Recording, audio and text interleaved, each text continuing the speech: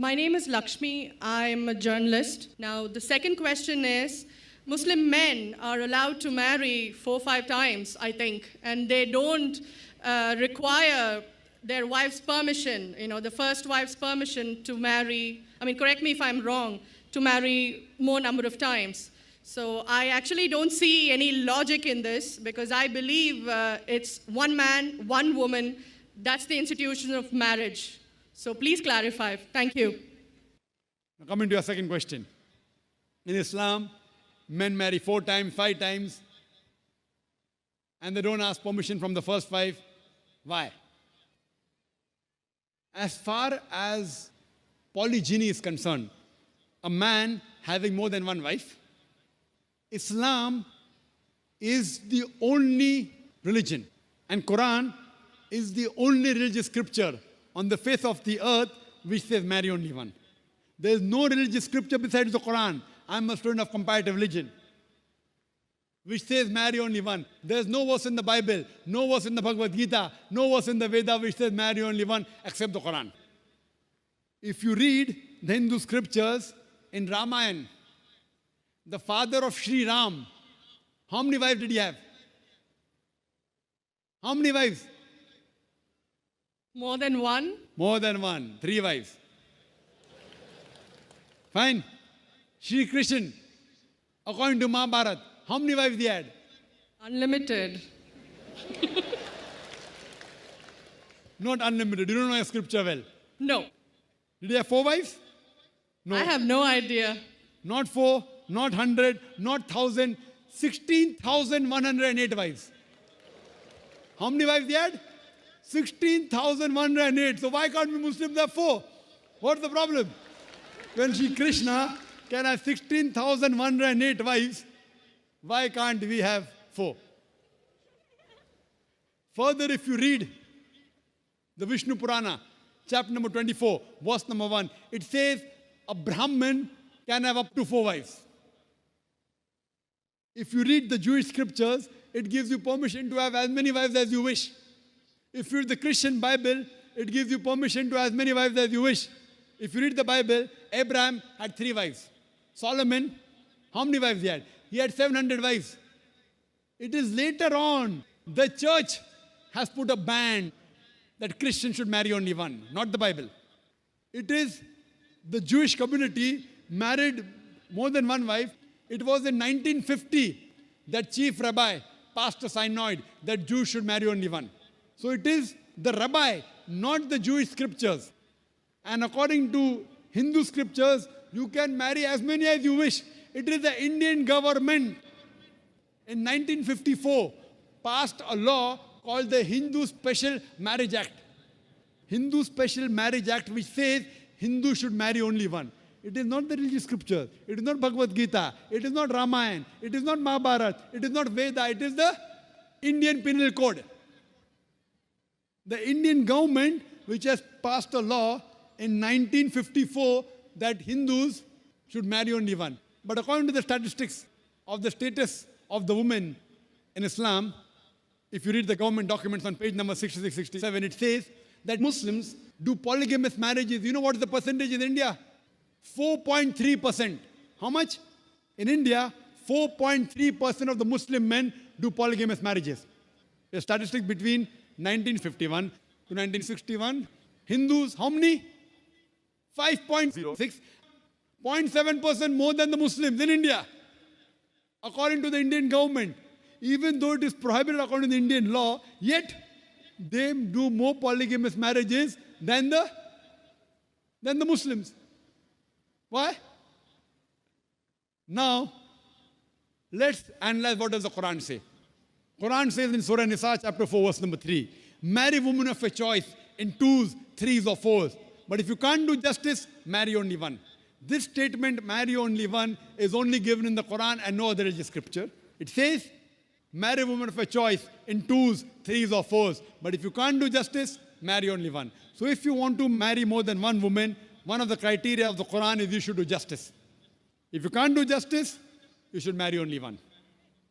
Now, what are the reasons, logical reasons a person can think that why has Islam permitted certain men to have more than one wife. Many non-Muslims think it is fard. It is compulsory for a Muslim man to have more than one woman, to have more than one wife. It's not compulsory, it's optional. It's not fard. It's not compulsory.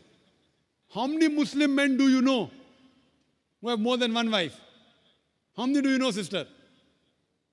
How many do you know? A few. How many? A few again. Few means 1, 2, 3. How many? Yeah, at least about 3. About 3. Have you heard of Dharminder? Yeah. How many wives he has? 2.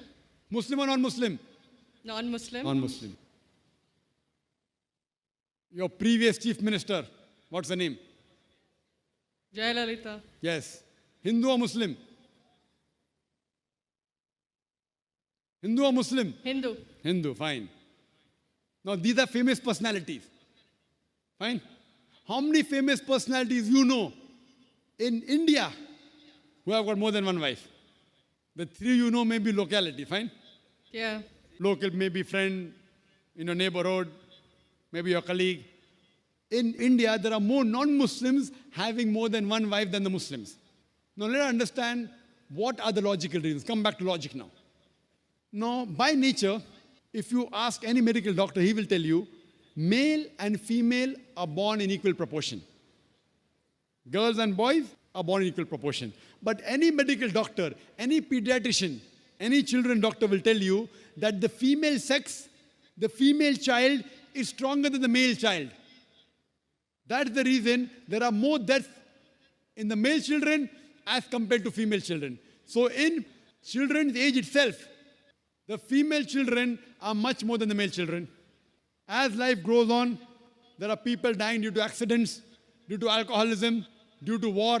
There are more males dying as compared to females. Today, if you analyze in the world, there are more females in the world as compared to males. There are few third world countries like India where the male population is more than the female population. And do you know why? The reason is because of female feticide and female infanticide.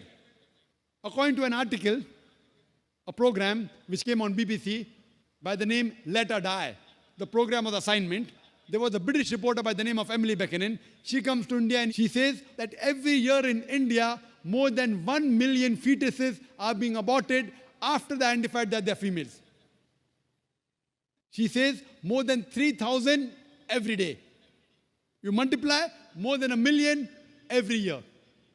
According to the Tamil Nadu government hospital report, she gives the statistics, out of 10 female born alive, do you know how many are put to death? 4. Sister, did you know that? Tamil Nadu, your state, your beloved state, according to the government statistics, out of 10 females born alive in the government hospital, 4 are put to death. There are billboards put in Rajasthan and here, which says that spend 500 rupees and save 500,000 rupees. You know what does it indicate? Spend 500 rupees, do ultrasonography, do amniocentesis, identify the child you're carrying is a female, abort her, and save 5 lakh rupees, 500,000 rupees. Maybe a couple of 100,000 upbringing her, and the remaining 100,000 in dowry. If you stop this evil practice in India, our beloved country, stop the female infanticide, stop the female feticide. Even in India, the population of female will be more than the male population. If you see the rest of the world, if you see New York alone, there are 1 million females more than males. In USA alone, there are 7.8 million females more than males. In UK alone, there are 4 million females more than males. In Germany alone, there are 5 million females more than males. In Russia alone, there are 9 million females more than males. And God alone knows how many millions of females are more than males throughout the world. Suppose I agree with your philosophy, sister, you said, 1 man, 1 woman. If I agree with you, sister, with your philosophy, 1 man, 1 woman. And suppose my sister happens to be in America, or your sister happens to live in America. And suppose the market is saturated. 1 man, 1 woman, saturated. Yet there will be 7.8 million females who will not find life partners. 1 man, 1 woman. Now the option for these 7.8 million females is either marry a man who already has a wife or become public property? You say, Dr. Zakir Naik, public property, such a harsh word. Sister, it is the most sophisticated word I can use. I cannot use a more sophisticated word than public property. According to the Statistics of America, do you know, on an average, a man, before he settles down with a wife, he has 8 different sexual partners. Do you know that? On average, 8. Some may have 1, some may have 10, some may have 20. 8 sexual partners before he settles down with one.